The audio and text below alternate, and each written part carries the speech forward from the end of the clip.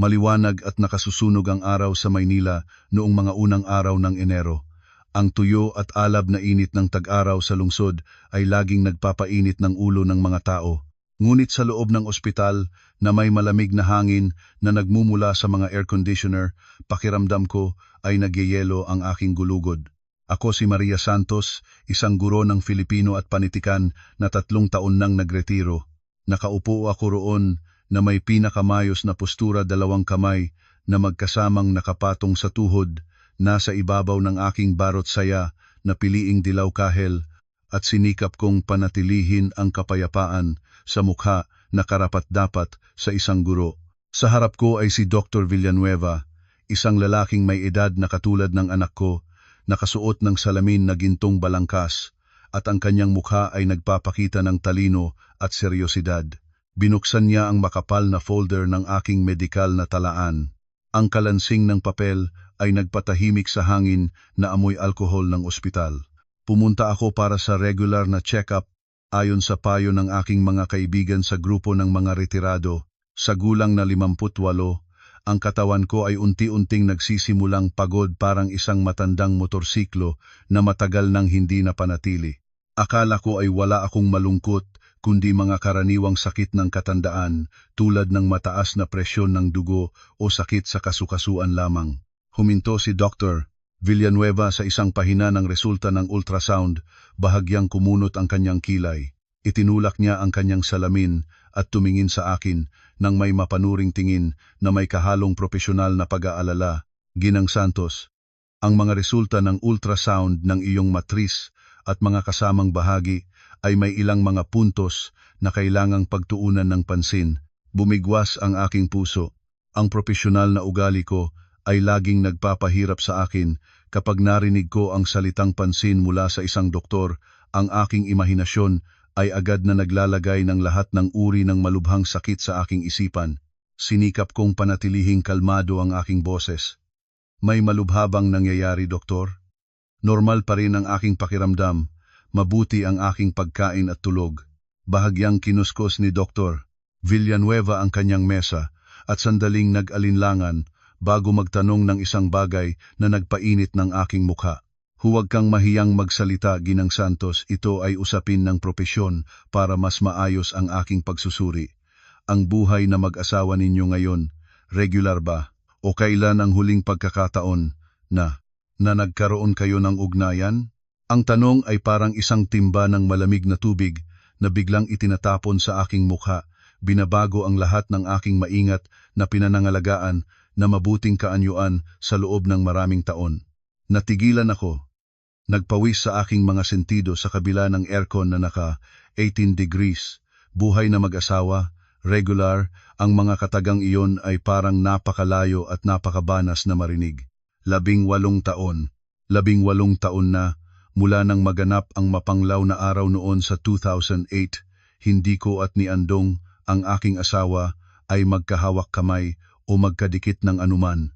Naninirahan kami sa iisang bubong sa Quezon City, kumakain sa iisang mesa, sabay na dumadalo sa mga kasal at handaan at nagganap ng papel ng isang perpekto at matalinong mag-asawa. Ngunit pagkakaraan ng pagpinid ng mabibigat na pintuan ng aming bahay, kami ay 2 estranyo. Natutulog siya sa sala sa sopa, habang natutulog ako sa pangunahing silid tulugan. Ang hangganan sa pagitan namin ay hindi isang pader ng bato, kundi isang di nakikitang pader ng yelo na itinayo ng paghamak at kasalanan. Nakita ni Dr. Villanueva na masyadong matagal akong tahimik at ang aking mukha ay naging pula tulad ng apoy, kaya naman malumanay niyang ipinaliwanag ng higit pa. Ibahagi lang ng totoo para mas maintindihan ko ang sitwasyon. Ang larawan ng ultrasound ay nagpapakita ng bahagyang pamamaga sa matris at isang lumang tila kakaibang peklat. Ang pag-alam sa dalas ng pakikipag-ugnayan ay makakatulong sa akin na maalis ang mga panganib ng bagong impeksyon o mga sakit na maaaring maipasa. Huminga ako ng malalim, sinusubukan na lunukin ang mapait na bukol sa aking lalamunan papunta sa aking tiyan. Hindi ako makapagsinungaling sa doktor, ngunit ang pag-amin ng katotohanan ay katumbas ng pagkuskos ng asin sa sariwang sugat na hindi pa gumagaling. Ibukod na lang ninyo, doktor, ang posibilidad na iyon, bulong ko, nakatingin sa dulo ng aking sapatos. Halos 20 taon na yata. Kami ng asawa ko ay wala na kaming ganyang bagay. Hiwalay na kaming natutulog ng matagal, katandaan na kasi, doktor, mas maginhawang mag-isa ang tulog. Bahagyang nagulat si Dr. Villanueva, ngunit mabilis niyang nakuha ang profesional na hitsura niya at tumango habang isinusulat sa talaan. Hindi siya nagtanong pa, ngunit ang kanyang tingin ay nagparamdam sa akin na parang nakatayo akong hubad sa gitna ng maraming tao. Naiintindihan ko na, Ginang Santos. Ngunit may makikita akong lumang peklat mula sa operasyon sa inyong matris. Nagkaroon na kayo ng operasyon sa ganyang bahagi noon. Nagulat ako. Bigla akong tumingin sa doktor.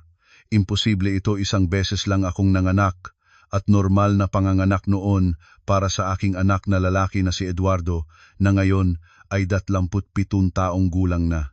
Mula noon, hindi ako nagpa-operasyon kahit saan sa aking katawan. Baka nagkakamali kayo ng record, doktor? Umiling si Dr. Villanueva at itinutok ang kanyang daliri sa itim at puting larawan ng ultrasound. Hindi nagkakamali ang talaan, Ginang Santos. Ito ay isang tipikal na peklat mula sa operasyon o malalim na panlabas na interbensyon. Maaaring napakatanda na kaya nakalimutan na ninyo.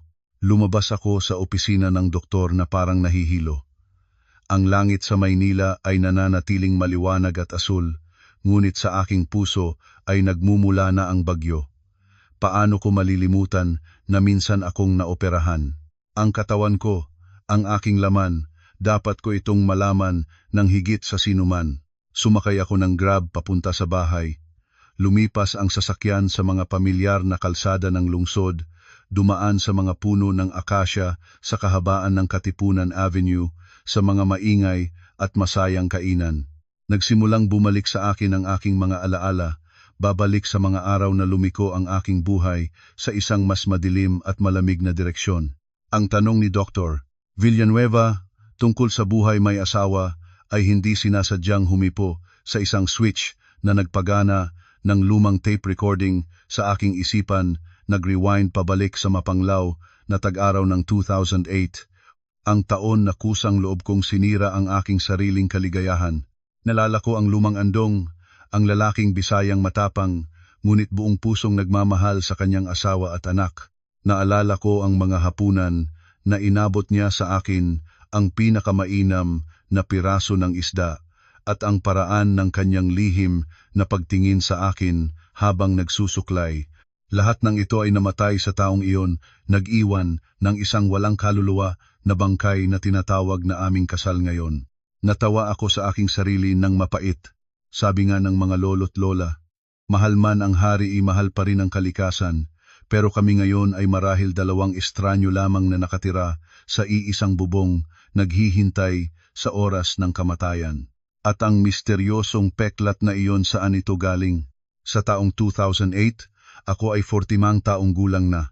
Madalas itutulad ng mga tao ang babaeng 40 sa isang bulaklak na nag-uumapaw na pinakamaningning, ngunit nagsisimula na ring mahina sa simoy ng hangin. Noon ay isa pa rin akong guro ng Filipino at panitikan na minamahal ng mga estudyante at iginagalang ng mga katrabaho. Sa labas, ang aking buhay ay kahanga-hanga, inhinyero ng konstruksyon ng asawa, may sariling kumpanya.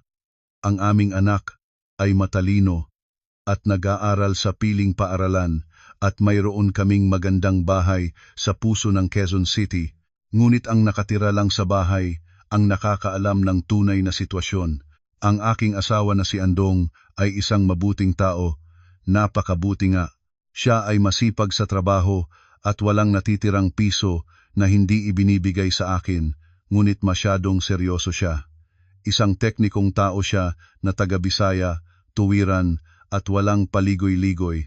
Para sa kanya, ang romantismo ay isang walang kwentang luho. Sa mga espesyal na araw tulad ng kanilang anibersaryo, ang kanyang solusyon ay mag-abot ng pera at sabihing, bumili na lang kayo ng gusto ninyo.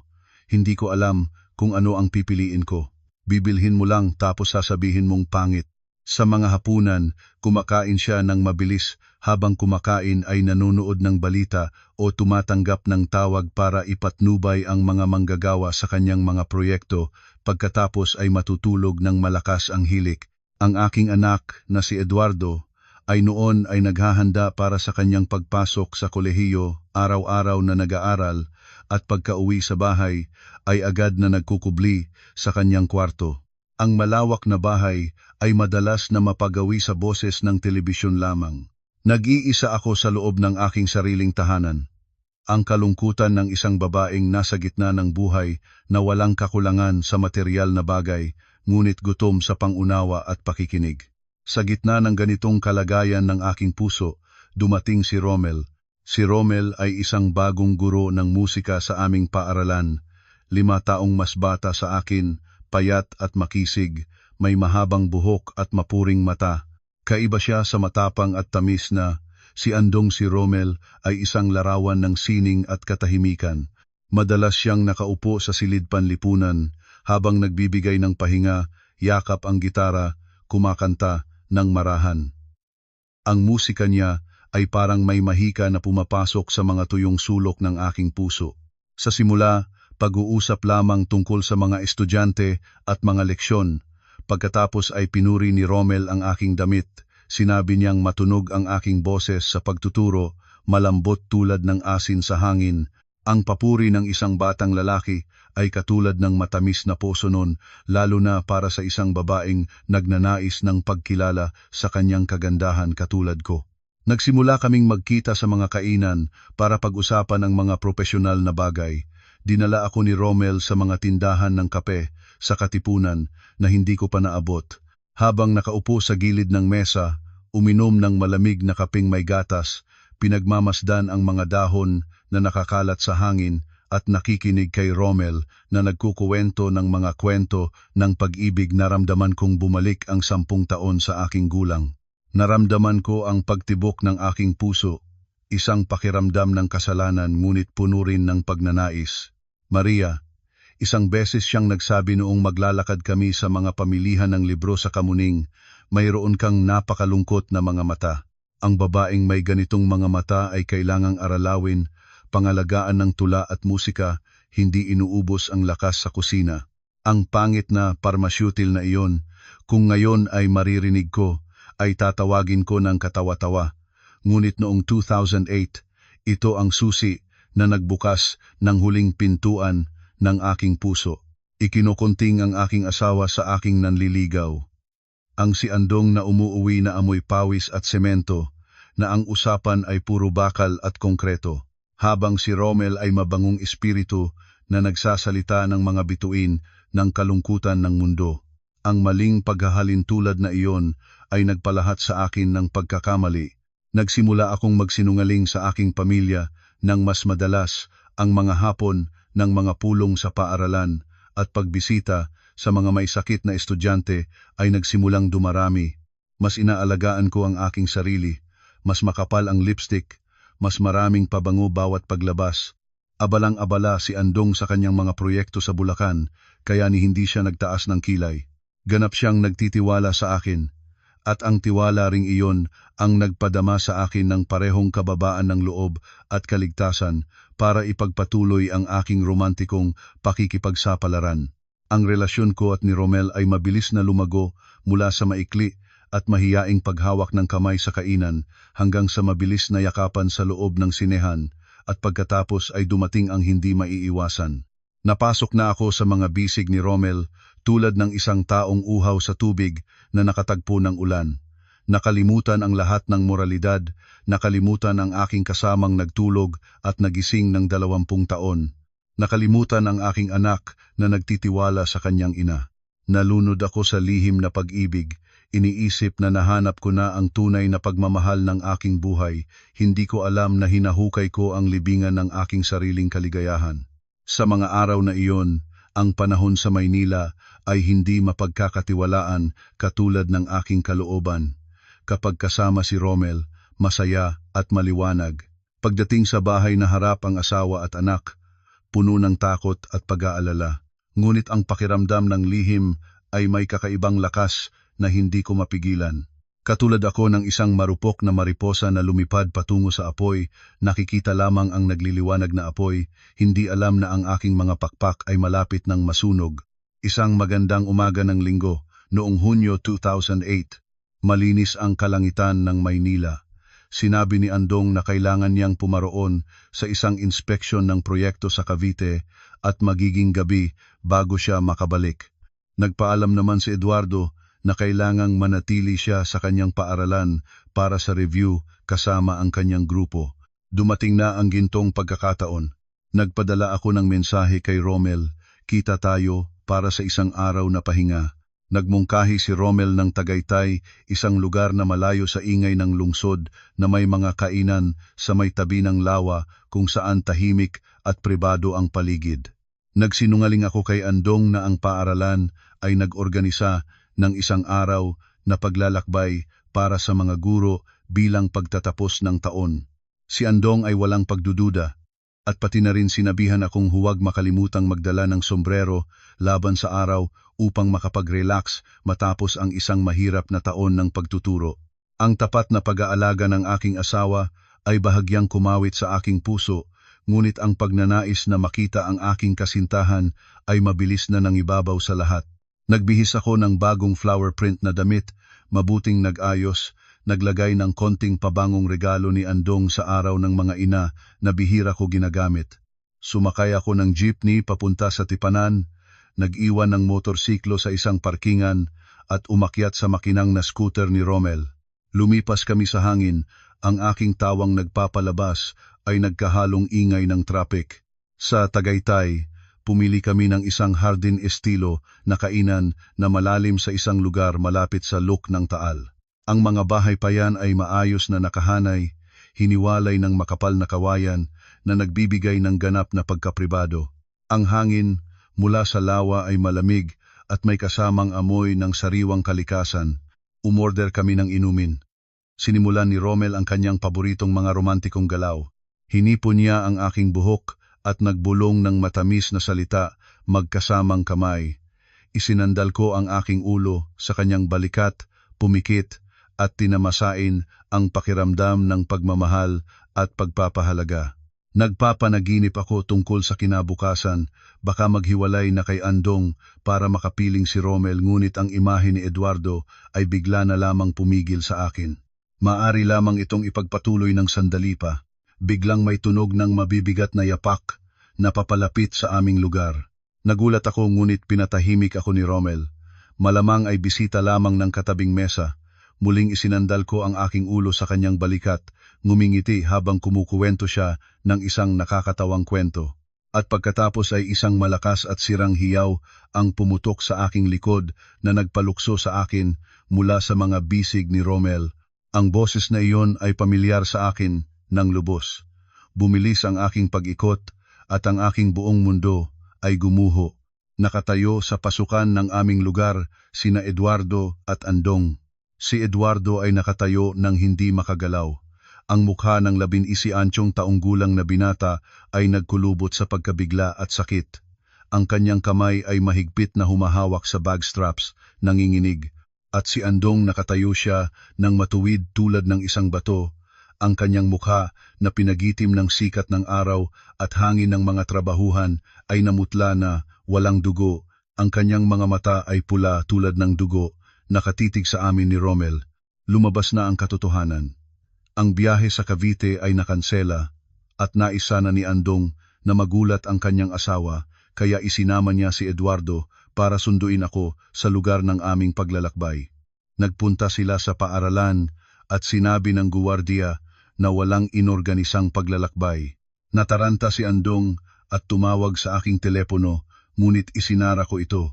Ginamit niya ang tracking feature ng bagong telepono na binili niya para sa akin. Nakalimutan kong naka-install ang family tracking app at hanapin ako hanggang dito. Ang paligid ay parang lumapot ang tunog ng hangin. Ang musika ng lawa na dati ay romantiko ay biglang naging katawa-tawa at masakit sa tenga. Si Romel, ang aking romantikong kasintahan, ay namutla, nakayuko, hindi makatitig sa dalawang lalaking nakatayo roon. Malinaw na nakita ang kanyang kaduwagan. Nautal ako, Nanginginig ang mga labi, hindi makapagsalita. Andong, Eduardo, pakinggan muna ninyo ako. Hindi sumulong si Andong para lumaban. Hindi niya sinubukang yakapin si Rommel, hindi niya ako tinampal tulad ng sa pelikula. Ang kanyang katahimikan ay libu-libong beses na mas nakakatakot kaysa sa galit. Tumingin siya sa akin ng titig na puno ng pinakamataas na paghamak at kawalan ng pag-asa ng isang lalaking ganap ang tiwala sa kanyang asawa na ngayon ay napagtaksilan ng husto. Pagkatapos ay lumingon si Andong kay Eduardo at patahimik na nagsalita. Ang boses ay isang tuyong pag-uutal, ngunit pinipigilan ang galit. Umalis na tayo, anak. Nagkamali tayo ng lugar. Marumi rito. Ang mga salitang iyon ay katulad ng kutsilyo na pumutol sa aking puso. Marumi. Ginamit niya ang salitang iyon para sa lugar kung saan naroroon ang kanyang asawa. Lumiko siya at umalis. Ang malaki at matibay na katawan na dating buong lakas ay ngayon ay yumuyuko, parang may dalang 1 tonelada ng semento sa balikat. Lumingon si Eduardo sa akin, ang kanyang tingin ay wala na ang paggalang at pagmamahal ng isang anak sa kanyang ina. Ito ay ang tingin ng isang tao na nagtitingin sa isang nagkasalang estranyo. Lumiko siya at tumakbo kasunod ng kanyang ama. Iniiwan akong nag-iisa sa lugar kasama ang duwahaging kasintahan na nanginginig. Gumuho ako sa upuan, ang luha ay bumagsak sa aking mukha. Alam ko na nawala na ang lahat, ang asawa, ang anak, ang dangal, ang pamilyang dating ipinagmamalaki ko. Ang hangin mula sa lawa ay bumuhos ng malamig, tinutupi ang huling bahagya ng init ng tinatawag na kaligayahan. Hindi ko alam kung paano ako nakauwi. Nagtago na si Rommel pagkaalis ni Andong, iniwan akong parang isang bangkay. Humakbang akong pabalik sa aming bahay sa Quezon City, ang lugar na nitong umaga ay iniwan ko ng puso, ang lipad ay maliwanag. Ngayon, nakatayo ito sa harap ko tulad ng isang hukuman ng konsyensya. Hindi nakalok ang pinto, bahagyang bukas lamang. Dahan-dahan akong pumasok, madilim sa loob, walang ilaw kahit na may liwanag pa sa labas. Ang malakas na amoy ng sigarilyo ay dumating sa aking ilong ng kaya. Nakaupo si Andong sa balkonahe, sa pamilyar na rattan na upuan. Ang sahig ay puno ng mga pirasong abo at mga filter ng sigarilyo. Hindi siya nag-ilaw tulad niyang dati. Nakatayo ako sa sala, hindi makalapit, hindi rin makapagbukas ng ilaw. Natakot akong ang liwanag ay magpapakita ng aking kasalanan. Umupo ka. Ang boses ni Andong ay nagmula sa kadiliman, malamig at walang damdamin. Dahan-dahan akong naupo sa dulo ng sofa, mahigpit na nakahawak sa laylayan ng aking damit, patuloy na bumabagsak ang luha. Pumasok si Andong, pinilit ang ilaw. Ang maliwanag na fluorescent na liwanag ay diretso sa aking mukha, napipilitan akong kumunot ang mga mata. Tumingin siya sa akin, ang kanyang tingin ay wala na ang naglalagablab na galit tulad kanina, kundi pagod na pagod at kinasusuklaman.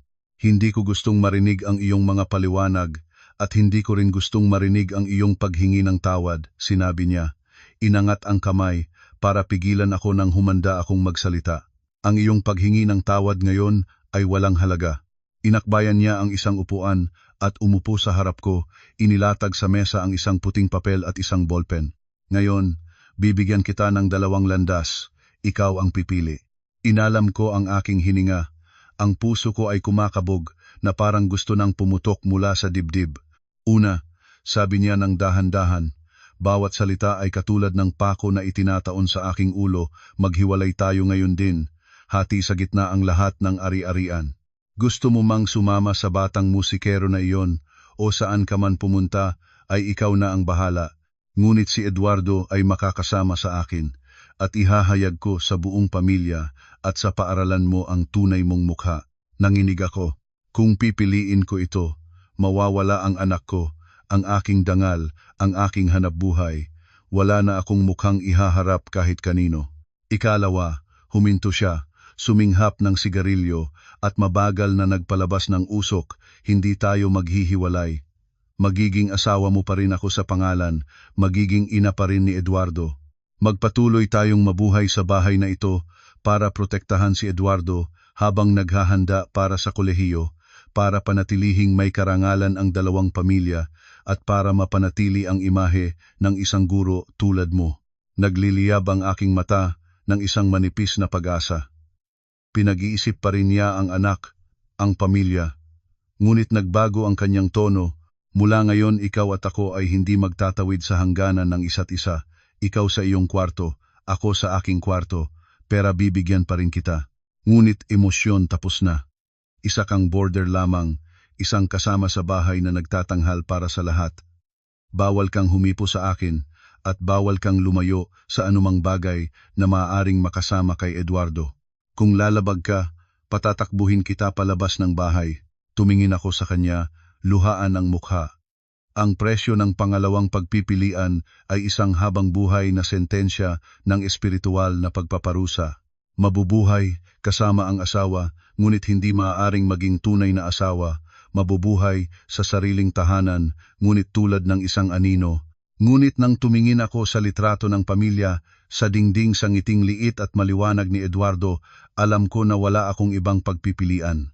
Hindi ko maaaring hayagang maapektuhan ang aking anak sa baitang ng kanyang pag-akyat sa kolehiyo. Hindi ko maaaring hayaan ang aking mga magulang sa probinsya na mapahiya dahil sa masama nilang anak. Pipiliin ko ang ikalawa. Sinabi ko, sa gitna ng aking pag-iyak, tumango si Andong. Ang kanyang mga labi ay nagsayad ng isang mapait na ngiti, maayos. Kung ganoon, simula ngayong gabi, dito na ako sa sofa. Ang pangunahing silid tulugan ay para sa iyo, huwag nang humangga pa roon. Pagkatapos nito, tumayo siya at pumasok sa silid para kunin ang unan at kumot at dalhin sa sala. Ginawa niya ang lahat ng matatag at malamig, walang kahit na konting pag-aalangan. Nanatili akong mag-isa sa sala, pinagmamasdan ang malawak na likod ng aking asawa ng may puso na sumasakit. Opisyal ko na siyang nawala sa pinakamasakit na paraan, nawala habang narito pa siya sa aking tabi. Nang gabing iyon, ang malawak na tahanan sa Quezon City ay lumubog sa isang nakakatakot na katahimikan. Si Andong ay nakahiga nang nakalihis ang mukha sa sofa. Ako ay nakahiga sa malawak na silid tulugan, sa higaan ng kasalang 100 beses na saksi ng topan at malumanay na pag-ibig. Ngayon ay malamig tulad ng yelo. Umiyak ako nang umiyak hanggang maging basa ang unan, nagpaparo ng pagpaparo, ngunit lahat ay matagal ng huli. Ang hatol ay inilabas na at ako ang naghihintay ng parusa araw-araw. Kinabukasan, maagang gumising at maga ang mga mata ko, masakit ang ulo. Ang unang ginawa ko ay kinuha ang aking telepono. Binunot ko ang SIM, pinuto at inihagis sa basurahan. Binura ko ang numero ni Romel, lahat ng mensahe, lahat ng larawan pinawi, ang lahat ng bakas ng masamang relasyong iyon. Ginawa ko ito ng matatag at walang pag-aatubili, ngunit ang aking puso ay hungkag at walang laman. Hindi dahil mahal pa rin kita si Romel, kundi dahil alam kong ang aking kamay mismo ang pumutal ng bahagi ng aking pagkatao, ang bahagi ng isang babaeng nagnanais ng pag-ibig para bumalik bilang isang tuyo at nalantang bangkay. Bumaba ako sa kusina at nagluto ng almusal lugaw ng manok, ang paboritong pagkain ni Andong at ni Eduardo. Sinubukan kong lutuin ito ng mabuti, umaasa na ang mainit na pagkain ay makapagpapalis ng konting lamig sa bahay. Ngunit nang dalhin ko ang 2 mangkok sa mesa, si Andong ay maayos na nakasuot, inilalabas ang motorsiklo. Kakain na ako sa labas. Isang maikling pangungusap, walang tingin sa mainit na mangkok, walang tingin sa akin kahit isang beses. Si Eduardo ay bumaba mula sa itaas, magarin ang kanyang mga mata at may bilog na itim sa paligid. Tumingin siya sa mangkok at pagkatapos ay tumingin sa akin. Sa kanyang tingin ay wala na ang galit ng nakaraang araw, pinalitan ng pagkalayong tila walang katapusan. Nahuhuli na ko, ma. Tinapay na lang ako bibili sa labas. Inilabas niya ang bisikleta at lumakad nang tuwirang hindi na tumingin sa likod. Ang 2 mangkok ay dahan-dahang lumamig, lumaki at naglulungkot sa mesa katulad ng aking presensya sa bahay na ito. Umupo ako at sinubukan ang bawat subo ng lugaw, habang ang mga luha ko ay patuloy na bumaba sa mangkok ng sabaw. Nagpadala ako ng isang maikling mensahe na paalam kay Romel mula sa isang panlabas na numero. Alam na ng asawa ko, Huwag na akong makipag-ugnayan kung ayaw mong mawalan ng trabaho. Pagkatapos ay narinig ko na nakipagpalitan si Romel sa isa pang paaralan sa probinsya dahil natakot sa sasagutin ni Andong. Ang lihim na pag-ibig ay natapos sa kahihiyan at takot, wala ng kahit konting romantismo tulad ng aking dating inaakala. Mula ng araw na iyon, ang simoy ng aming pamilya ay parang may permanenteng ulap na nagtatakip. Ang mga kainan ay naging pagpaparusa, nagsasama pa rin kaming magtatlo sa iisang mesa, ngunit nakatungo ang bawat isa sa sariling mangkok. Walang magsasalita. Ang tanging tunog ay ang kalabog ng mga kutsara at tinidor. Si Andong ay kumakain ng napakabilis para lamang makakuha ng lakas, hindi para mag-enjoy. Pagkatapos ay ibinababa ang kutsara ng malakas, uminom ng tubig at sisimulan ang motorsiklo papunta sa kainan ng kape sa dulo ng kanto, nananatili roon hanggang hating gabi. Sa mga gabing umuulan, nandoon pa rin siya. Alam ko na ayaw na niyang makita ang aking mukha. Mas gusto pa niyang maupo roon na tinutulog ng niknik kaysa sa bahay na kasama ang asawang nagkasala. Sinikap kong bayaran ang lahat sa maraming paraan. Nilinis ko ang bahay ng nagniningning, naplansya ang kanyang damit ng walang kahit na isang kulubot, nagluto ng mga masusustansiyang pagkain, ngunit lahat ay parang bato na inihagis sa karagatan. Tinanggap ni Andong ang aking pag-aalaga ng parang isang obligasyon na kailangang tapusin bilang bayad sa utang. Isang beses, nagtipon ako ng lakas at nagtanong, "Aayusin mo bang labahan ang jacket na ito? Medyo mabaho na." Nanonood si Andong ng telebisyon, hindi lumingon.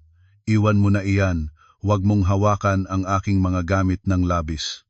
Ang kanyang pag-iwas ay hindi katulad ng tampo ng bata, ito ay ang pagkasuklam ng isang malinis na tao na natatakot na mahawaan ng sakit mula sa isa.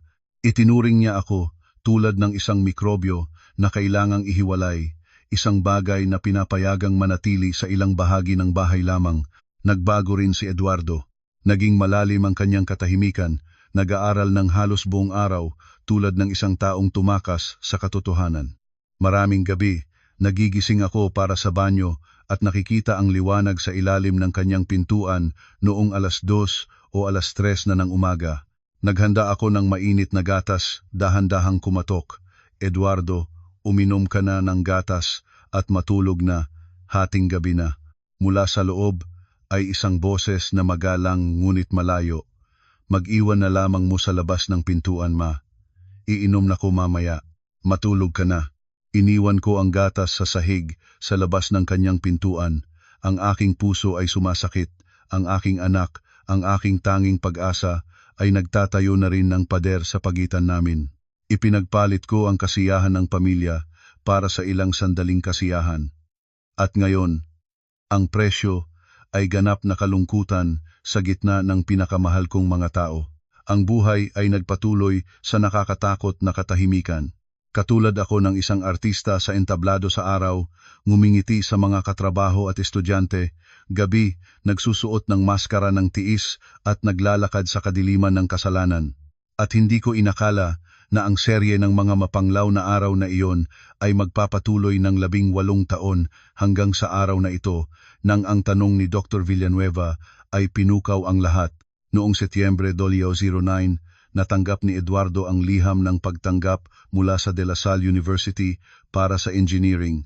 Natuwa ang buong pamilya sa labas, ngunit ang simoy sa aming bahay ay nananatiling mabigat. Hiniling ni Eduardo na manatili sa dormitoryo malapit sa paaralan para mas madaling pag-aralan. Alam kong hindi lang iyon ang dahilan. Gusto niyang tumakas sa nakakadusang bahay na ito, sa lugar na ang kanyang mga magulang ay mga buhay na rebulto. Pumayag si Andong agad. Sinamahan niya ang anak sa pag-enroll, binili ang lahat ng kailangan mula sa banig hanggang electric fan. Nang araw na umalis si Eduardo na may bag sa likod, ang bahay ay naging walang laman at nakakatakot. Ngayon, 2 anino na lamang ang nagtatakbuhan, nagtatagpo ngunit hindi nagsasalita. Nagsimula ang aking mga buwan ng ganap na katahimikan. Sa umaga, maagang gumigising para sa palengke, nagluluto, nag-iiwan ng pagkain na nakabalot sa mesa at pagkatapos ay pumunta sa trabaho. Sa tanghali, umuuwi at makikitang hindi pa nahahawakan ang pagkain. Si Andong ay hindi kumakain sa bahay. Sa hapon, pinapainit ko muli ang pagkain, naghihintay hanggang alas 7 ng gabi. Kung umauwi siya, tahimik na uupo, nakatitig sa telebisyon o pahayagan, kumakain at aalis ang mga pinggan para sa akin. Ang aming komunikasyon ay naging mga tango at pag-iling ng ulo lamang. Kumain ka na? Tumango. Aalis ka ba sa handaan ng kapamilya? Tumango.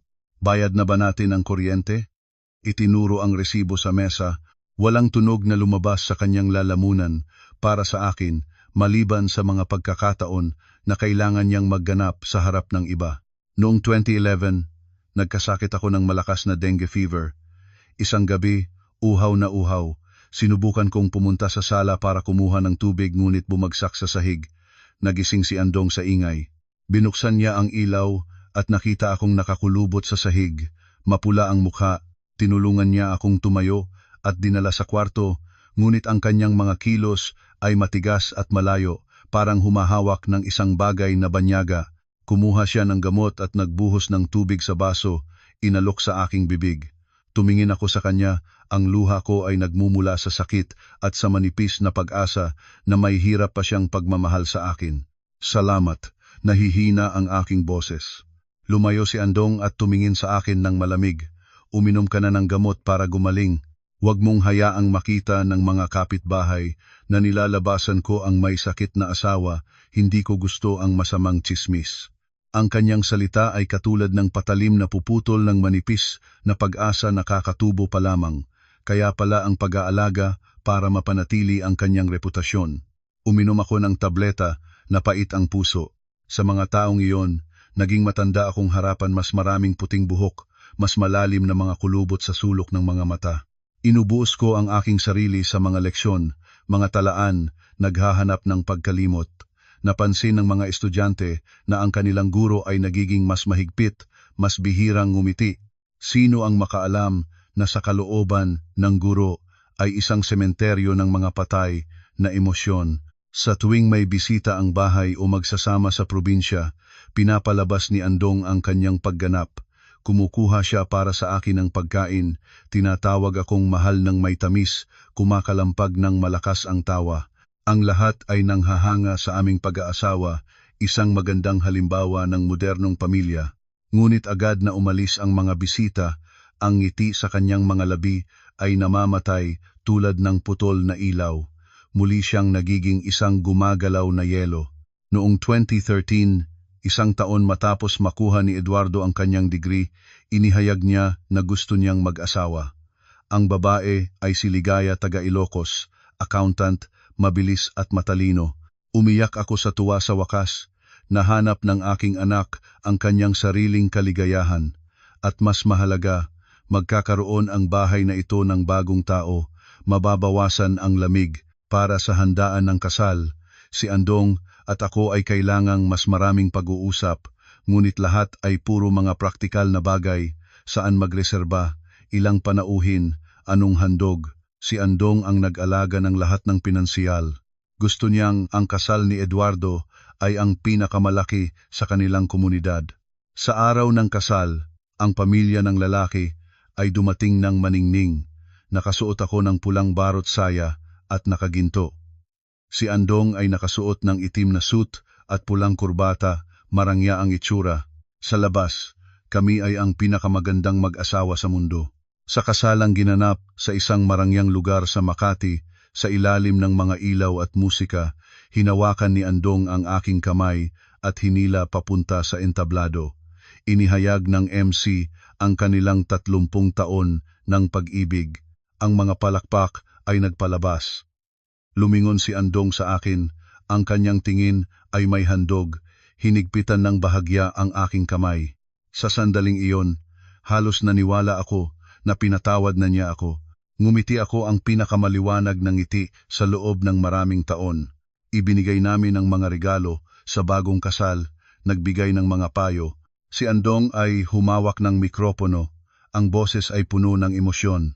Inaasahan ng ama at ina na mabuhay kayong dalawa ng maligaya at mapagmahalan, huwag na kayong gumawa ng anumang bagay na makakasama sa isa't isa para hindi na kayo makapagsisi. Ang lahat sa pagsasama ay naantig. Ngunit sa akin, katulad ng asin na dinidiin sa puso, nang matapos ang handaan, sumakay kami pauwi. Agad na bumaba si Eduardo at Ligaya sa kanilang bagong apartment sa Pasig. Pagpasok namin sa bahay, agad na binitawan ni Andong ang aking kamay, parang nahawakan ang mainit na baga. Hinugot niya ang kurbata at inihagis sa sofa, inalis ang jacket. Ang kanyang mukha ay mahigpit, ang pagod at pagkainip ay litaw sa bawat kulubot. Tapos na. Sa wakas, natapos na ang aming responsibilidad kay Eduardo, bawat isa na ngayon. Umupo siya ng mabilis, nag-ilaw ng sigarilyo at mainit na hinangad ang usok.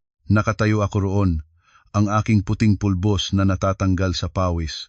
Ang pulang barot saya ay biglang naging mabigat at nakakadusang suotin. Ang paghawak ng kamay sa entablado, ang mapagmahal na tingin, lahat iyon ay pinakamataas na pagganap ng isang lalaki para sa karangalan ng pamilya. Ginawa niya ang lahat ng papel ng mabuting ama at masayang asawa hanggang sa huling sandali. Tahimik na pumasok sa kwarto, inilagay sa kahon ang lahat ng ginto, tumingin sa salamin at nakita ang isang maningning, ngunit ganap na nag-iisang babae. Sa gabi ng kasal ng anak, nag-iisa akong nakahiga sa kwarto, nakinig sa mahinahon na hilik ng asawa na nanggagaling sa sala at umiyak para sa gawa-gawang kaligayahang sinusubukan kong pangalagaan. 2 taon pagkatapos, noong 2015, dumating ang magandang balita tulad ng ulan na dumidilig sa tuyong lupa. Nagbuntis si Ligaya. Si Andong, ang lalaking tahimik at matamlay, ay biglang naging masayahin. Tumawag siya sa kanyang anak araw-araw para itanong ang kalusugan ng nuera. Naghanap siya ng mga espesyal na pagkain para sa nagbubuntis. Nang ipanganak ang batang lalaki, tinawagang Kokoy sa bahay mula sa ospital ng Makati Medical Center. Si Andong ay nag-abang sa labas ng kwarto sa buong gabi. Nang dalhin ng nurse ang sanggol, unang-una siyang lumakad para hawakan ito. Habang hawak niya ang apo, ang kanyang mga mata ay namumula, ang kanyang bibig ay ngumingiti ng buong puso. Nakita ko muli ang imahe ng mapagmalaki na lalaki na aking pag-asawa noon. Ang pagdating ni Kokoy ay nagbago ng konting simoy sa bahay. Nagkaroon kami ng isang paksa para pag-usapan. Bumili ka ng mabuting gatas para sa bata, huwag na magtiyaga, isinasabi ni Andong habang ibinibigay ang pera. Doon ko na siya i-order mula Pilipinas na sarili. Sa linggo, dala nila si Kokoy. Magluto ka ng sopas para sa bata, gusto ng bata ng sopas mo. Nagagalak akong lihim. Ang apo ay katulad ng manipis na tali na humihila sa dalawang magkatunggaling panig na mas malapit sa isa't isa. Sa tuwing dinadala ng mag-asawang Eduardo at Ligaya ang bata, ang bahay ay mapuno ng tawang bata. Sinasakop ni Andong ang bata, nagtatayo ng kabayo para nito, nagtatawang malakas. Nagluluto ako sa ibaba, at habang tinitingnan ang larawan ng lolo at apo, pala sa puso ko ay isang maliit na pag-asa. Isang beses, napabasa ng bata si Andong, nabasa ang kanyang buong damit. Nagmamadali akong kumuha ng tuwalya para punasan. Ang aking kamay ay hindi sinasadyang nahipo ang kamay ni Andong. Inurong niya ito bilang isang reflekso, ngunit hindi siya galit gaya dati, sinabi lamang ng tahimik. Mag-iiwan na lang kita ng tuwalya, gagawin ko na. Isang maliit na kilos lamang iyon, ngunit dahil lang doon ay hindi ako makatulog ng isang gabi nang dahil sa aking pag-aanalisa. Baka nagpatawad na siya.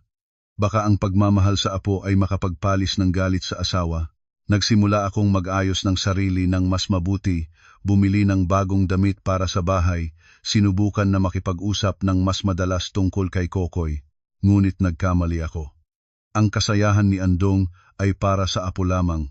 Kapag umalis si Kokoy, agad na nagbabalik siya sa dati, isang gumagalaw na yelo. Mahal niya ang apo dahil dugo niya ito, isang pagpapatuloy ng kanyang angkan. Ngunit ako, sa kanyang mga mata, ay nananatiling isang traidor. Ang presensya ng apo ay isang pansamantalang pampatanggal ng sakit, hindi kagalingan ng sugat na malalim ang namamaga sa kanyang puso. Nang Pasko ng taong iyon, Nagpa siyang bumalik ng bahay ang mag-asawang Eduardo at Ligaya kasama si Kokoy mula ika-28 ng Disyembre. Si Ligaya ay isang nuwera na walang malisya, masaya at palaistorya, hindi alam ang lihim ng kanyang biyenan. Talagang magkupkup kayo, matanda na kayo pero dikit-dikit pa rin. Naiinggit nga kami bago pa lang kami ikasal at nag-aagawan na kami. Ang tatay Andong siguro ay romantiko pala noon ah. Sa tuwing sinasabi ni Ligaya iyon, ngingiti lamang ako ng pakuha habang si Andong ay agad na nagpapalit ng paksa. Sa bisperas ng bagong taon, naghanda ako ng masustansiyang hapunan at handaan para sa mga ninuno. Sama-sama kaming nakaupo sa hapunan. Si Andong ay uminom ng konting mas marami, pula ang mukha. Si Eduardo ay uminom din ng ilang bote ng beer. Masaya ang simoy nang biglang gusto ni Ligaya na manghulog, Nanay Maria, bagong taon na, sabihin mo ang mabuting bagay tungkol sa Tatay Andong o halikan mo siya sa pisngi para masundan namin. Biglang lumapot ang simoy. Nahihiyang na ilagay sa ere ang aking mga kamay at paa. Si Andong ay malakas na inilagay sa mesa ang baso niya, nagkalat ang alak. Huwag na, kumain lang kayo, wag na magtroto no. Nagulat si Ligaya, hindi maintindihan kung bakit nagalit ang biyenan. Si Eduardo, na nakaupo sa tabi, ay namula sa beer at sa matagal nang pinipigilan. Inilagay niya ang kutsara, direktang tumingin sa mga magulang. Pwede na kayong huminto? Lahat ng tumingin kay Eduardo. Alam ko na ang lahat matagal na kayong natutulog nang hiwalay. Ang sofa sa sala ay nakabaluktot na, sa isang gilid doon natutulog ang tatay gabi-gabi. Ang nanay naman nakalak ang pintuan ng kwarto gabi-gabi. Pagod na kayong dalawa sa pag-aartista sa harap namin at ng lahat ng kamag-anak. Sapat na, nagulat ako. Kaya pala alam ni Eduardo ang lahat. Tahimik na pinagmasdan at tiniis niya ang lalong pag-aabala sa lahat ng mga taon. Si Ligaya ay nagbukas ng bibig sa pagkagulat, tumingin sa asawa pagkatapos sa biyenan. Si Andong ay tahimik na nagpunan muli ng alak at nilasap. At kung alam mo, ano ngayon? Gusto ko na mabuhay kayo ng totoo. Sinabi ni Eduardo nang may pigil na boses. Kung hindi na kayo nagmamahalan, palayain na ninyo ang isa't isa. Malaki na kami, may pamilya na, kaya namin. Huwag na kayong magpahirap sa isa't isa sa bahay na ito. Nasaktan ako sa pagtingin sa inyong pamumuhay. Umiyak na ako ng pabuntot. Tumpak si Eduardo, tumpak ang bawat salita niya. Tumingin ako kay Andong, naghihintay ng desisyon. Tumingin si Andong sa anak, ang kanyang mga mata ay namamula. Ngumiti siya, isang ngiti na liko-liko at puno ng sakit. Sa tingin mo, ayaw ko rin? Pero para saan ako nabubuhay? Para sa mukha ng ating angkan. Ayaw kong ituro ng mga tao ang iyong ina bilang anak ng mga magulang na naghiwalay. Ayaw kong makita ni Kokoy pagdating ng araw na mag-aaway ang lolo at lola niya sa hukuman. Tumayo si Andong, sumusuway na lumakad patungo sa sofa, humiga at humarap sa kabila ng lahat. Ang hapunan ay gumuho. Nagtago si Ligaya sa kusina upang linisin ang mesa. Si Eduardo ay yumukod sa mesa. Nanatili ako roon, pinagmamasdan ang mga paputok na nagpapasabog sa telebisyon. At natanto na ang pagmamarangal at pangamba sa opinyon ng lipunan ay minsan ay mas mabigat pa sa kaligayahan ng isang tao. Si Andong ay hindi naghiwalay, hindi dahil may natitirang pagmamahal, kundi dahil iniingatan niya ang panlabas na imahe ng isang perpektong pamilya nang higit pa sa kanyang tunay na damdamin. Noong 2017, ako ay naging 50 taong gulang. Ang ika-50 kaarawan ay dapat na maringal. May nakaimbita na mga kaibigan at masayang pagsaya, ngunit wala akong gayon. Sa umaga, tumawag sina Eduardo at Ligaya para bumati, nagpadala ng mahal na bag bilang regalo. Si Andong naman ay lumabas ng maaga, walang sinabi. Ginagawa na itong ugali. Sa loob ng 10 taon, hindi niya naalala ang aking kaarawan kahit isang beses. Nag-iisa akong naging buong araw, nagbasa ng libro, nagdiligan ng halaman, nakinig ng lumang musika. Ang kalungkutan ay nginangata ang aking kaluluwa tulad ng mga anay na kumakain ng bunto ng luma. Hating gabi na, umuulan ng malakas. Handa ng patayin ang ilaw at matulog nang marinig ko ang motorsiklo ni Andong. Bumabalik siya na basa, hawak ang isang itim na plastic bag. Inilagay niya ang bag sa mesa at pumasok para magbihis. Bumukas ako ng bag ng puno ng pangkukusina. Sa loob ay isang mangkok ng bakamami, ang aking paboritong pagkain noong kabataang wala pang bayad. Nang kami ay magkaniig pa, madalas siyang naghihintay para sabay kaming kumain ng bakamami sa isang tindahan. Nagulat ako. Naaalala pa niya ang aking kaarawan. Binili niya ang gusto ko. Lumabas si Andong at nakita akong nakatingin sa mangkok. Sinabi niya nang wala sa direksyon, "Kumain na bago lumamig." Nakita ko lang ang tindahan na bukas pa, kaya binili ko. Ang nakita ko lang ay sapat na para manginig ang aking puso. Kinuha ko ang mangkok at inilagay sa mesa. Ang amoy ng sabaw at ng bawang at sibuyas ay pumukaw ng luha sa aking mga mata. Umupo ako at kumaing slow. Bawat piraso ng mami ay mahirap ilunok sa lalamunan. Si Andong ay umupo sa kabila, nagsigarilyo, nakatingin ng walang direksyon sa ulan. "Salamat," bulong ko. "Naaalala mo pang gusto ko ng baka, mami." Hindi lumingon si Andong, mabagal na nagpalabas ng usok. Naalala ko at ano ngayon, wala namang pagbabago. Nagtipon ako ng lakas, ibinaba ang kutsara at tumingin sa kanyang likod. "Andong, 10 taon na. 10 taon na tayong ganito. Hindi ka na ba makapagpatawad sa akin kahit isang beses? Alam kong nagkasala ako. May utang ako sa iyo habang buhay. Pero matanda na tayo. Gaano pa katagal tayo mabubuhay? Gusto kong mayroon tayong kapayapaan sa mga natitirang araw. Gusto kong alagaan kita." Lumingon si Andong at tumingin sa akin. Ang kanyang tingin ay wala ng galit ngunit ganap na walang laman. Nakakatakot. Piniga niya ang sigarilyo sa ashtray, ngumiti ng mapait. "Kapayapaan?" Sinabi niya ng tuyoy. "Kumain mo na ang mami.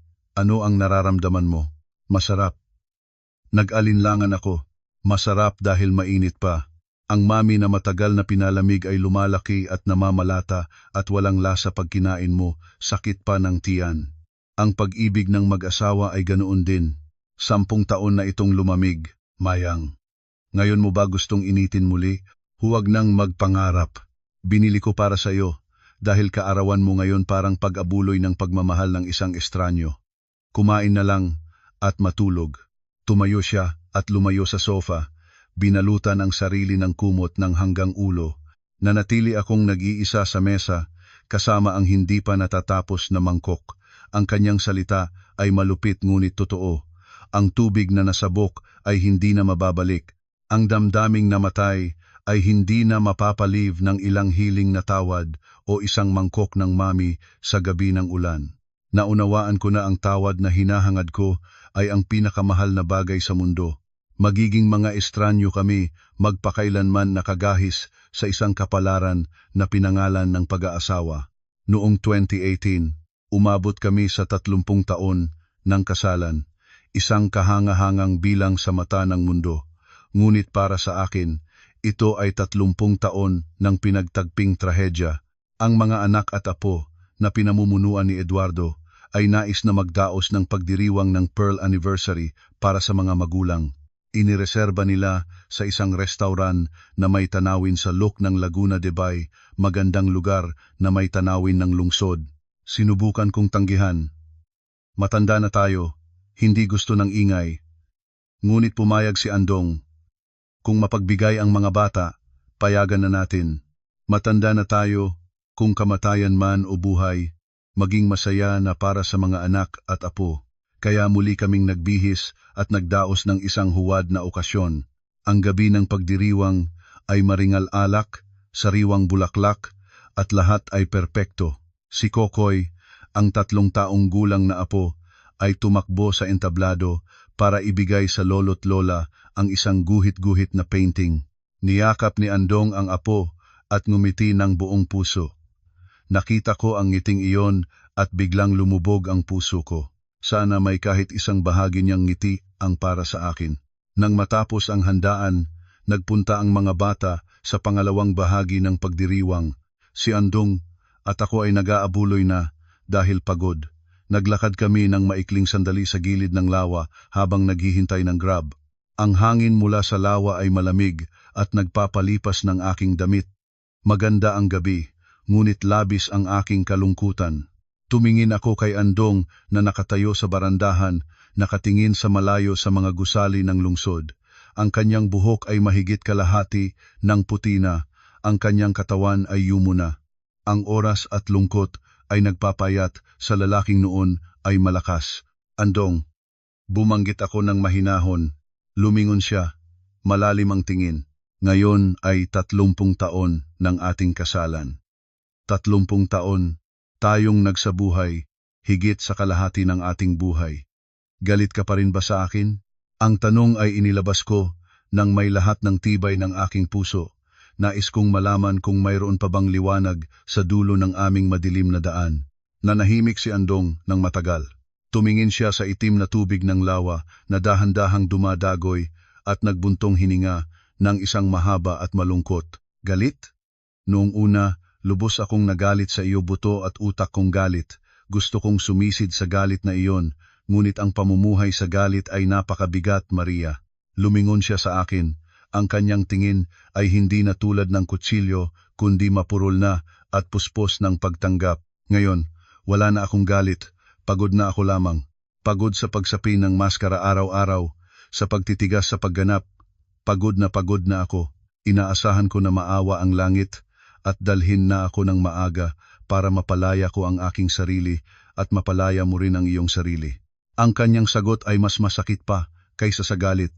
Ang galit ay patunay na may pakialam pa ang isang tao, may damdamin pa.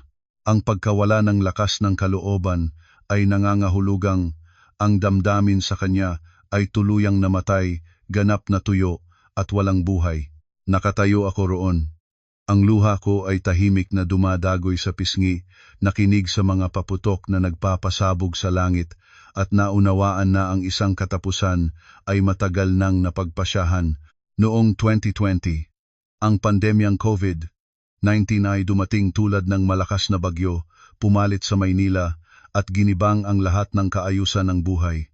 Ang lungsod ay nagdeklara ng mahigpit na community quarantine. Ang bawat pamilya ay nanatili sa kani-kanilang tahanan. Ang aming bahay sa Quezon City ay naging isang hiwalay na isla, nagkulong ng 2 matanda sa loob ng 4 na pader. Sina Eduardo at Ligaya ay nasa kanilang kondominium na naka-lockdown at hindi makarating, kaya si Andong at ako lamang ang nag-aayos ng isa't isa. Sa simula, ang simoy ay nananatiling matandang tensyon. Ngunit ang kakulangan ng pagkain at ang takot sa kamatayan na naglalagalag sa labas ay pinilit kaming lumapit sa isa't isa batay sa instinct ng kaligtasan. Isang araw, 2 instant noodles at isang inaantok na bungkus ng kangkong na lang ang natira. Nagluto ako ng isang kaldero ng sopas at hinati sa 2. 2 matandang mag-asawa ang nakaupo ng harapan habang humihigop ng mainit na sopas sa kalagitnaan ng mainit na tanghali. Kumain ka na ng higit pang gulay para sa sikmura mo. Iniabot ko sa kanya ang mga gulay. Sa pagkakataong ito, hindi siya tumanggi o nagtaboy.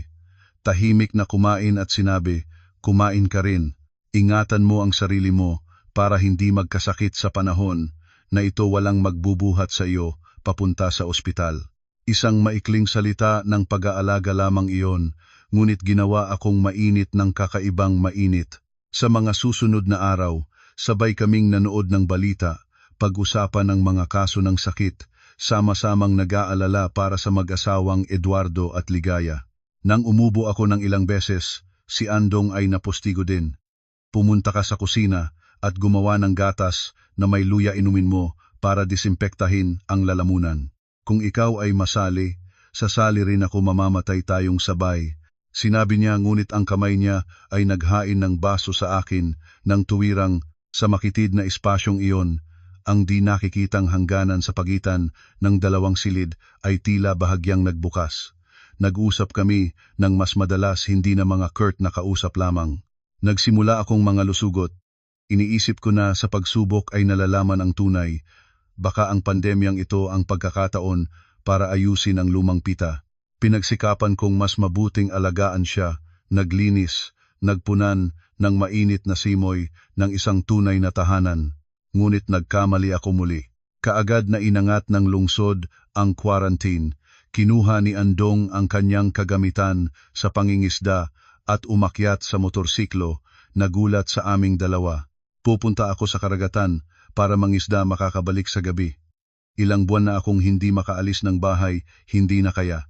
At umalis siya ng isang tuloy-tuloy. Nag-iwan sa akin ng napapalibutan ng mainit na kainan. Nakakahahalata ko lang na niluto ko. Ang pagiging malapit sa panahon ng quarantine ay isang survival reflex lamang, kinakailangang suporta sa pagitan ng dalawang tao na nagsasabay sa iisang bangka sa gitna ng bagyo. Nang lumipas ang bagyo, bumalik ang bawat isa sa kanilang lugar.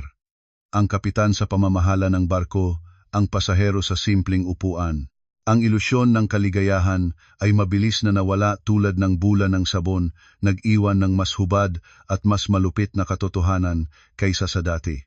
Bumalik sa kasalukuyan, nakaupo ako sa pamilyar na sofa, pinagmamasdan ang ulat ng ultrasound na ibinigay ni Dr. Villanueva.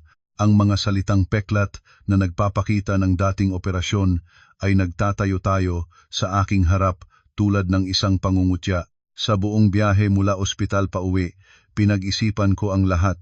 Isang babae na hindi pa naoperahan, na nanganak lamang ng normal, na wala sa section, paano siya magkakaroon ng surgical scar sa loob ng matris. Maliban kung isang takot ang tumakbo sa gulugod ko. Naalala ko ang taong 2008, hindi ang mga romantikong sandali kasama si Romel, kundi ang mapanglaw na gabi matapos mahuli. Naalala ko ang gabi ng pag-ulan at bagyo, matapos na hatulang tulad ng habang buhay na sentensya ni Andong, nahulog ako sa isang galit na pagkabigo na kahiyang napakahiya, napakabigat, ganap na wala sa pag-asa. Lihim na kinuha ang mga tableta ng pampatulog ng aking ina, nilunok ang lahat. Nais kong mamatay para makaalis, para hindi na kailangan pangharapin ang mapanghamak na tingin ng asawa at anak. Naalala kong nawalan ng malay sa kadiliman at pagkatapos ay isang puting pagkasupil. Nang gumising ako, nasa ospital na ako, nakaengganyo sa mga tubo. Sinabi ng doktor na 2 araw akong walang malay. Nakaupo si Andong sa tabi ko, ang kanyang mukha ay maputla at gulong-gulo, may balbas. Sinabi niya na nalason ako ng gamot at mapalad na naihatid sa ospital para maialis ang lason. Pagka-uwi ko, mahina ang aking katawan, palaging masakit ang ibaba ng tiyan. Nang magtanong ako, sinabi ni Andong na epekto ng mataas na dosis ng pampatulog sa mga panloob na bahagi. Naniwala ako, walang anumang kahina-hinala.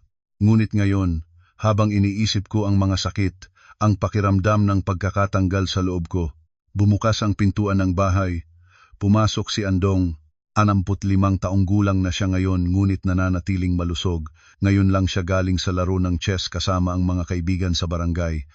Nakita akong nakaupo ng may malungkot na tingin, tinanong ng walang pagpapahalaga, "Kumusta ang check-up mo?"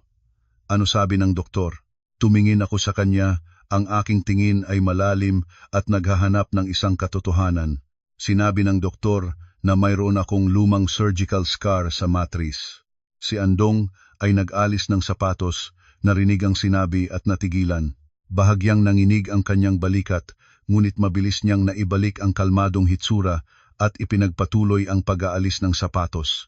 Siguro nagkamali ang doktor. Nanganak ka ng normal kay Eduardo, walang operasyon noon kaya walang scar.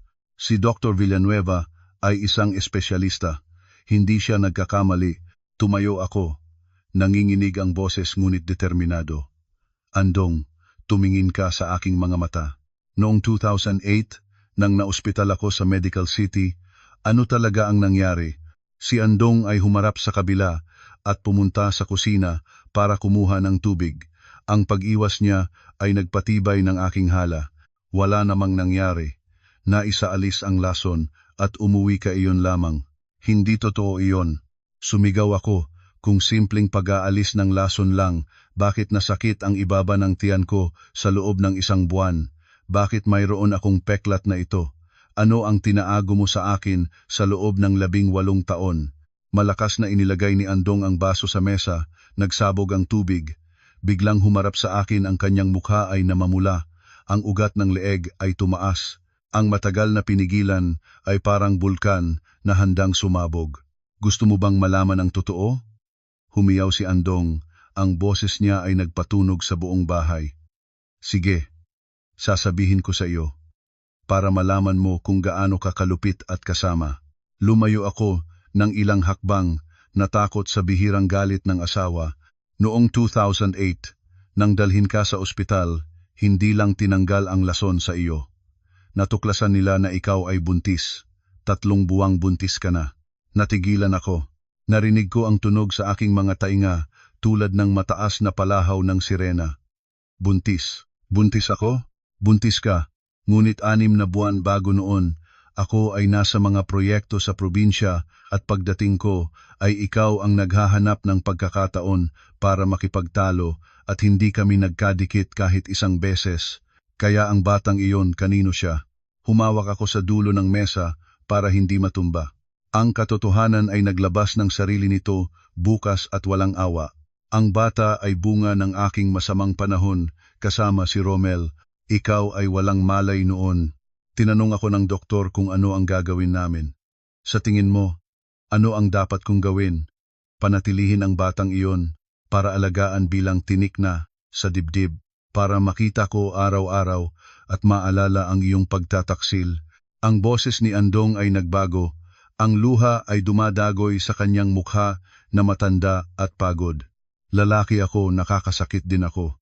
Hindi ako sapat na matanda para alagaan ang anak ng aking karibal sa sariling bahay.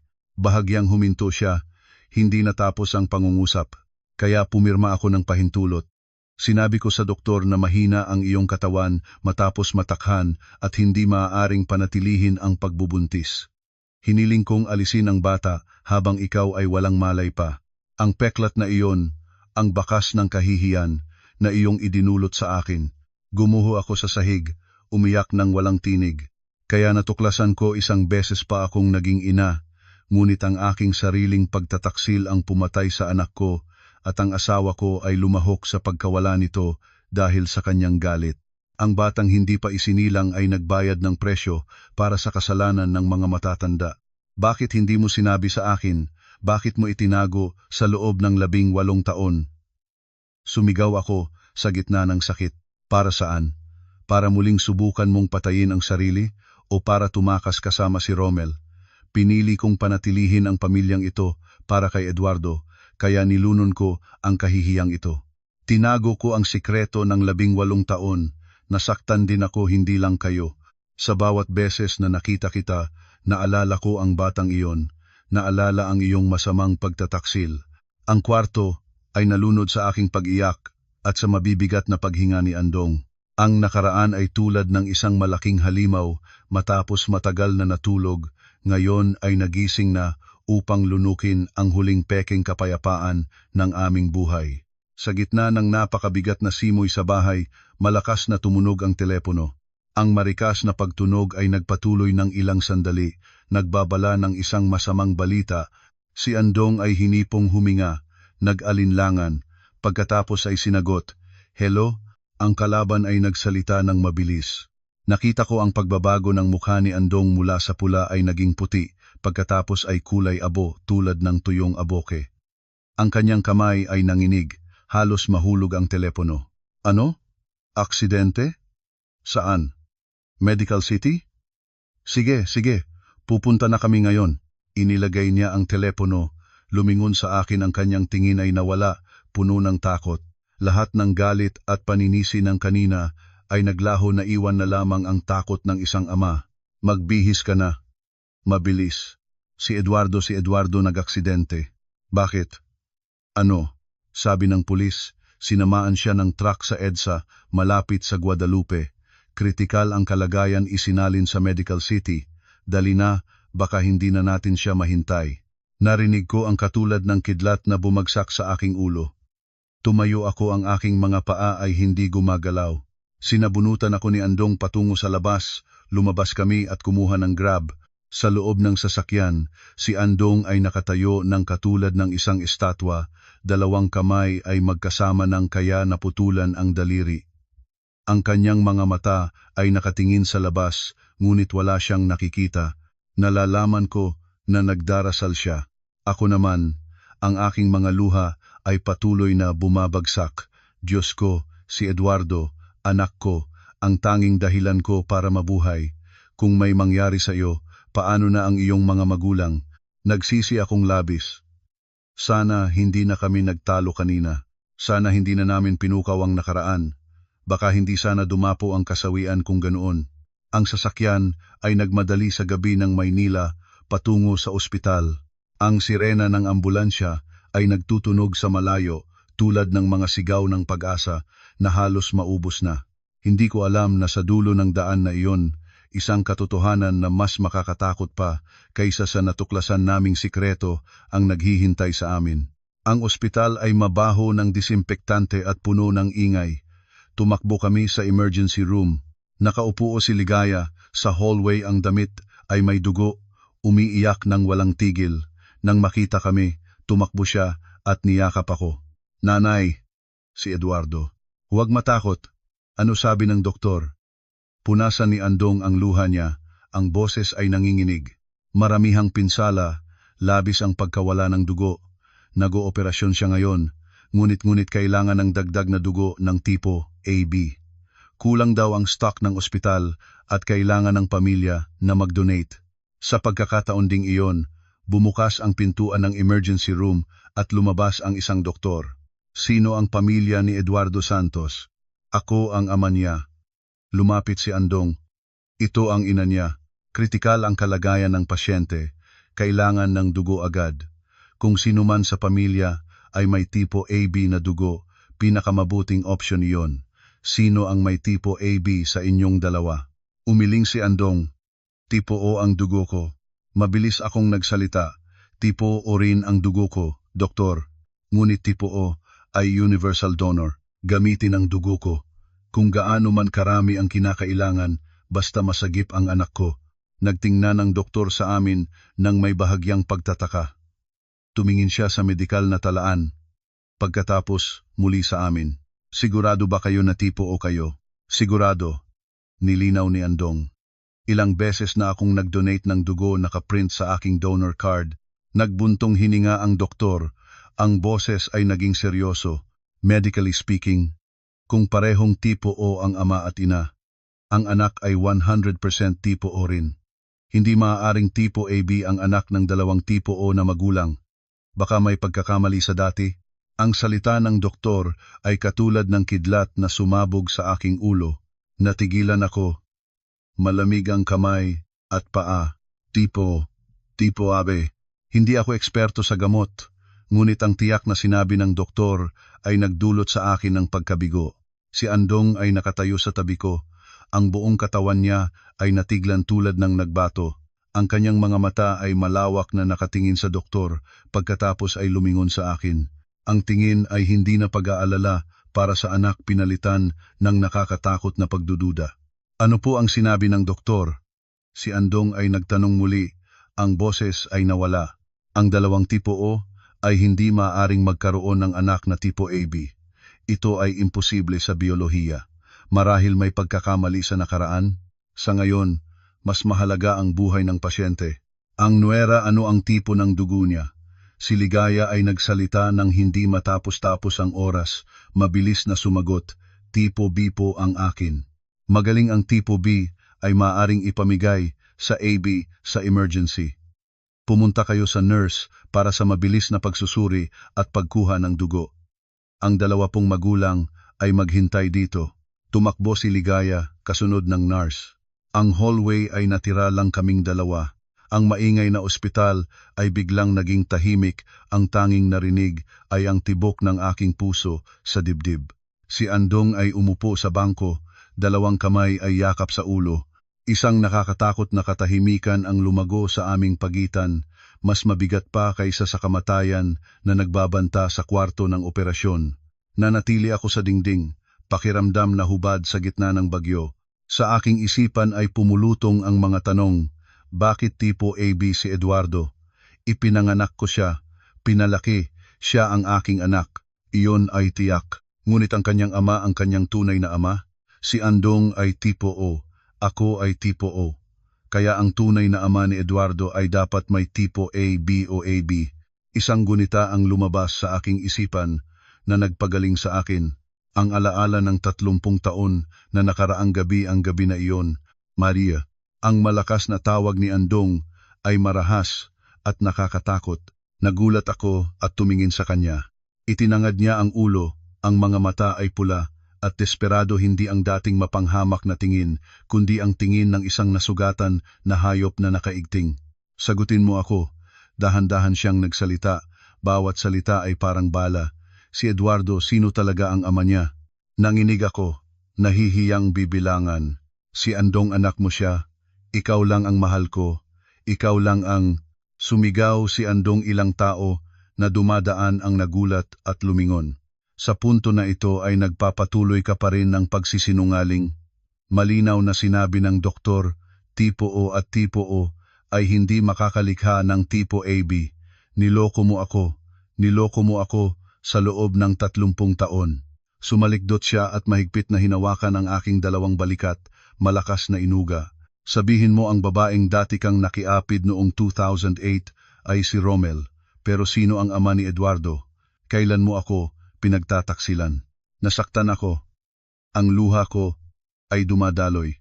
Gusto ko sanang ipaliwanag ngunit ako mismo ay labis na nalilito. Hindi ko mapilit na tanggapin ang katotohanang dahan-dahan na lumalabas sa aking isipan.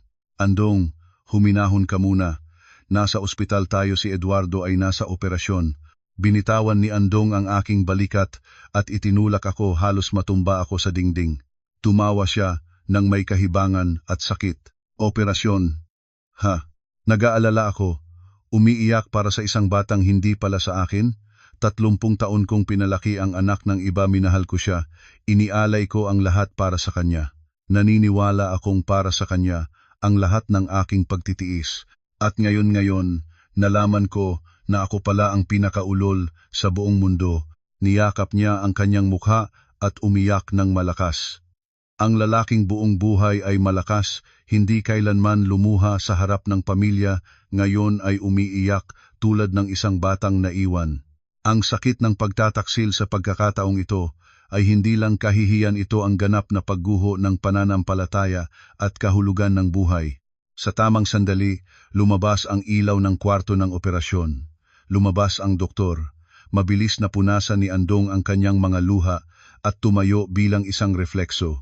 Matagumpay ang operasyon. Ang pasyente ay nalagpasan na ang pinakadelikadong bahagi, salamat sa napapanahong pag-transfuse ng dugo mula sa asawa at mula sa stock ng ospital. Kailangan pa rin ng espesyal na pagmamasid sa recovery room. Huminga si Andong ng malalim, ngunit agad na lumubog muli, ang kanyang mukha naging madilim. Tumingin siya sa pintuan ng recovery room, doon nakaratay ang anak na 30 taon niyang minahal. Ang anak na ngayon ay hindi na niya alam kung tatawagin pa ring anak.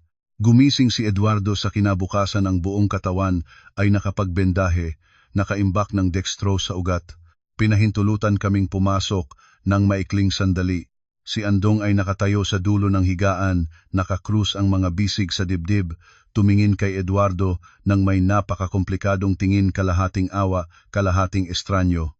Nagbukas si Eduardo ng mga mata, nakita kaming dalawa, at nangahas ngumiti ng mahina. Ayos lang si nanay. Tatay, hindi kayo dapat matakot. Hinawakan ko ang kanyang malamig na kamay, muli akong lumuha. Ikaw ay takot na takot ang iyong ina. Bakit walang ingat sa paglalakad? Tumingin si Eduardo sa akin at pagkatapos ay kay Andong. Pakiramdam niya ang kakaibang simoy sa paligid. Nakita niya ang pula nitong mga mata at ang malamig na kilos. Matalino at sensitibo siya mula bata pa. Tatay, alam na ninyo ang tungkol sa tipo ng dugo, di ba? Nagulat ako. Nagulat din si Andong. Ano ang alam mo? Nagtanong si Andong ng bahagyang utal. Pumikit si Eduardo, isang luha ang dumadagoy sa kanyang pisngi.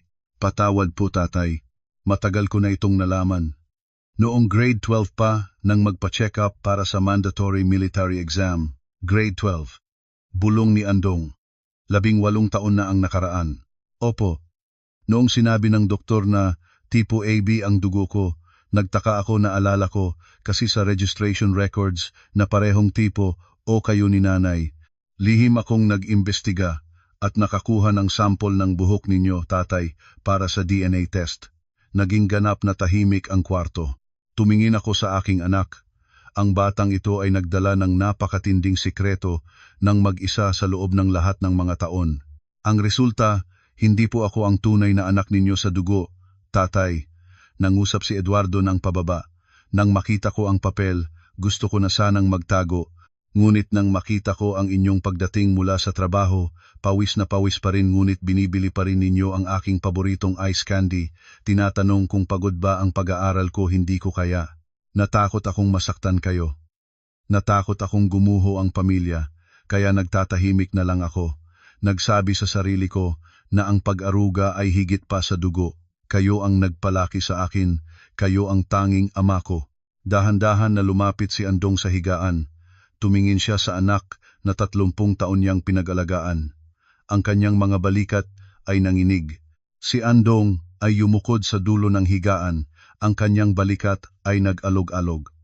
Umiyak siya, hindi dahil sa galit, kundi sa pagmamahal. Awa sa batang lubos ang pag-unawa at nagtiis ng mag-isa ng napakatagal. Awa sa mapanglaw na kapalaran na nagbuklod sa 3 mahirap na tao sa isa't isa. Nanatili akong nakatayo, naramdamang ako ang pinakamalaking kriminal. Ang asawa ko ay nasasaktan, ang anak ko ay nagpasan ng napakatinding pasan, lahat ay dahil sa akin. Matapos makatulog si Eduardo sa tulong ng sedative, tinawagang ng 1 kilos ni Andong na sumunod sa labas ng ospital. Naupo kami sa bangko, sa ilalim ng isang malawak na puno sa bakuran ng ospital. Ang sikat ng hapon ay dumadaan sa mga dahon, sumasayaw sa matanda at pagod na mukha ng aking asawa. Nagsalita na si Eduardo, mayroon ka pa bang itinatago? Mahinahon, ngunit pagod ang boses ni Andong. Iniyukod ko ang ulo, magkasamang kamay na lubos na nagpipigil. Sa puntong ito, hindi na ako makatakas. Kailangang harapin ang nakaraan gaano man kalaswa. Naaalala mo ba ang gabi ng bachelor's party natin? 30 taon na ang nakakaraan? Bulong ko. Nag-isip si Andong. Oo, nag-inuman tayo noon sa isang bar sa Malate. Lahat ng kaibigan natin, maraming na-invite. Gabi ng iyon, nainom ako ng labis, hindi pa ako nagiinom ng ganoon noon. Nahilo ako, nagsuka-suka, kaya hinanap ko ang banyo. Nagkamali ang aking pagpasok, napasok ko ang isang pribadong kwarto ng bar. Huminto ako, huminga ng malalim para mangahas na ituloy. Sa kwarto iyon may naroroon. Lasing na ako, na akala kong ikaw ang nasa loob. Ang tao ay lasing din. At nangyari ang dapat nang mangyari. Kinabukasan nang gumising ako, nandoon na lang ako, nang mag-isa ang aking damit ay gulong-gulo. Natakot akong takbo pa uwi. Inakala ko ay panaginip lang o ikaw ang nagdala sa akin. Sino ang taong iyon? Mahigpit ang boses ni Andong. Hindi ko nakita ang mukha, ngunit habang iniuulit ko ang mga pangyayari, natuklasan ko bumuntong hininga ako. Ang nagsabay na akin sa paghahanap ng banyo ay si Long. Si Long ang best friend mo na naging best man sa kasal natin. Napatigil si Andong at malawak na nagbukas ang mga mata. Si Long ang iyong matagal na kaibigan mula pagkabata. Nang lumabas akong nagbabalisa, nakita ko si Long na nakatayo sa pintuan, naninigarilyo, at tumingin sa akin ng kakaiba. 1 buwan matapos ang ating kasal, bigla niyang ibinenta ang bahay at nagtungo sa Canada nang wala ng balita. Inangat ni Andong ang ulo at humiyaw ng malakas sa langit. Ang tunog ay nagpalaganap sa bakuran ng ospital. Napakagaling naman. Napakagaling. Ang pinakatiwala kong kaibigan at ang aking asawa, ang 2 pinagkakatiwalaan ko sa mundo, ay parehong tinusok ng kutsilyo ang aking puso. Isa ay tumakas papuntang Canada, isa ay pinahintulutan akong alagaan ang kanyang anak sa loob ng 30 taon. Ang buhay ng Andong na ito, tunay na isang malupit na dula ng buhay. Lumuhod ako sa kanyang paanan, umiyak ng malakas. Patawad, Andong, sinusumpa ko na hindi ko sinasadya. Naakala ko noon na si Eduardo ay anak mo, hindi ko talaga alam. Si Andong ay nanatiling tahimik, hindi niya inilayo ang kamay ko, ngunit hindi rin niya ako tinulungang tumayo. Tumingin siya sa malayo, ang mga mata ay walang buhay. Marahil tinitingnan niya ang kanyang buhay puno ng panlilinlang at pagtataksil, ngunit puno rin ng nagmamadaling pagmamahal na ibinigay niya ng hindi tinimbang. Isang buwan pagkatapos, lumabas na si Eduardo sa ospital.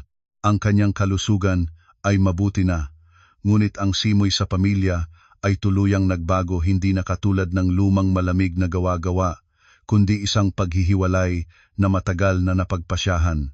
Tinawag ni Andong ang lahat, ako, si Eduardo, si Ligaya. Inilatag niya sa mesa ang isang folder. Ito ay mga papeles ng pagbebenta ng bahay. Tumingin kaming mag-ina nang walang nagsasalita. Naibenta ko na ang bahay na ito. May naglagay na ng paunang bayad. Sa susunod na linggo, pirmahan natin sa notaryo. Ang pera ay hahatiin sa 3. Mabilis na lumuhod si Eduardo. Tatay, hindi po maaari. Tumayo ka. Matigas ang boses ni Andong, ngunit wala na ang sungit. Hindi ka ang aking sariling dugo, ngunit ikaw ang aking anak na pinalaki at tinuruan ko sa loob ng 30 taon. May karapatan akong ibigay sa iyo ang aking gagawin. Huwag na magtalo. Lumingon si Andong sa akin at nagtulak ng isang savings booklet patungo sa akin. Ito ang para sa iyo, sapat na para mabili ang isang maliit na kondominium para sa iyong katandaan. Ang pag-aasawa natin ay nagtatapos na dito. Ang divorce papers ay napirmahan ko na. Pirma ka na rin at isumite natin. Kinuha ko ang booklet nang nanginginig ang kamay at pumirma sa divorce papers. Ang aking luha ay nagpalasaw ng aking pirma. Ito ang dapat na katapusan para sa akin. Ngunit bakit napakatindi ng sakit ang natitira para sa akin? Mahinahon na idinagdag ni Andong habang tinahpik ang lumang backpack sa tabi niya. Gagamitin ko para maglakbay. Sa buong buhay ko, nagtrabaho at nag-alaga ng pamilya ni isang araw ay hindi ako nabuhay para sa aking sarili. Ngayon, gusto kong maglakbay. Lalakad ako sa kahabaan ng Visayas patungong Mindanao, dadaan sa bawat probinsya, lalakbay hanggang makita ko ang katapusan ng lupain na ito. Lalakad para makalimot, para mahanap muli ang konting kapayapaan sa katandaang ito. Kinabukasan, ipinakil ni Andong ang backpack sa likod. Nakasuot siya ng isang luma at sawa na pula at puting polo shirt, suot ang lumang sombrero mapanglaw at magaan ang itsura. Kinarga ni Eduardo ang batang si Kokoy para ipakita sa lolo. Ang bata ay walang malay sa anumang bagay, nagtatanong ng pasimple, "Lolo, saan kayo pupunta?" "Magdala ng pasalubong para sa akin, ha?" Niyakap ni Andong ang bata ng buong init na amoy ang maamo niyang halimuyak. Pagkatapos, vinalabasan ang balikat ni Eduardo. "Mabuhay ng maayos, anak. Huwag magtulad sa aming kasalanan. Bilang isang lalaki, maging mapagpatawad, ngunit malaman din kung kailan iiwan." Hindi siya tumingin sa akin. Lumabas siya sa pintuan, umakyat sa lumang motorsiklo, pinilit ang makina at nagsimulang umigting ang sasakyan. Ang kanyang anino ay nawala sa dulo ng makitid na daanan na puno ng sikat ng araw. Nakatayo ako sa harap ng bahay na walang-walang laman, tinitingnan ang likod ng aking asawa, ang dating asawa na ngayon. Nawala ko ang lahat, isang mabuting asawa, isang maayos na pamilya, at ang paggalang ng aking mga anak. Mabubuhay ako sa natitirang mga araw sa pagsisisi, pagkahuli, at kalungkutang nginangata. Ang Maynila ay nananatiling maingay at masigla. Tulad ng dati, ang daloy ng mga tao ay patuloy na gumagalaw ng walang tigil. Ang kwento ng aming pamilya ay nagsara, na nag-iwan ng mga peklat na hindi na kailanman gagaling sa mga puso ng mga nanatili. At si Andong, ang Bisayang lalaki na tuwiran at matapang, sa wakas ay nahanap ang kalayaan para sa kanyang sarili sa mga daan at landas ng ating bansa.